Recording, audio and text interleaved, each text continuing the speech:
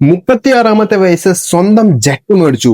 12ഓളം Rolls Royce, അതല്ലാണ്ട് എത്രയോ വണ്ടികള് എണ്ണാൻ പോലും പറ്റില്ല. അതിന്റെ കാശ് എണ്ണാൻ പോയച്ചാൽ നിങ്ങളുടെ ജീവിതം കഴിയും. ഇത് വേറെ ആളുടെയും കഥയല്ല. ഇതാണ് CJ റോയ്. മിഞ്ഞാന്ന് അവരുടെ സ്വന്തം വെടിവെച്ചിട്ട് മരിച്ചു. ഗുരുവായൂർ നിവാസി ബാംഗ്ലൂരിൽ പോയിട്ട് കോൺഫിഡന്റ് ഗ്രൂപ്പ് എന്ന് പറഞ്ഞിട്ട് ഒരു റിയൽ എസ്റ്റേറ്റിന്റെ ബിസിനസ് തുടങ്ങിയിട്ട് മുഴുവനും ഒരു ബിഗ്ഗസ്റ്റ് എംപയറിനെ ഉണ്ടാക്കി. ആൻഡ് അവർക്ക് ഒരു ഡെബിറ്റും ഇല്ല, ഒരു കടവും ഇല്ല, ഒന്നുമില്ല. ഒരു സാധനവും ഇല്ലാണ്ട് ഏതെങ്കിലും ആൾ ഒരു സ്വന്തം വെടിവെച്ചിട്ട് മരിക്കാന്ന് വെച്ചാൽ അതിന്റെ മീതെ കുറെ വലിയൊരു സീക്രട്ട് തന്നെ ഉണ്ടാവും. ഇത്ര പോസിറ്റീവ് ആള് ഞാൻ എന്റെ ജീവിതത്തിൽ എപ്പോഴും കണ്ടിട്ടില്ല. അത്ര പോസിറ്റീവ് ആയിരുന്നു CJ റോയ്.